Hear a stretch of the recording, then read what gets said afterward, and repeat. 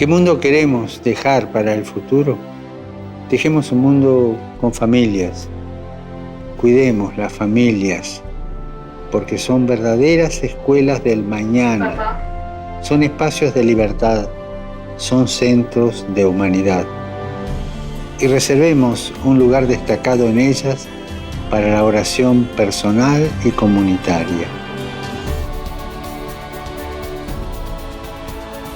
Recemos para que las familias, gracias a una vida de oración y a una vida de amor, se vuelvan cada vez más laboratorios de humanización.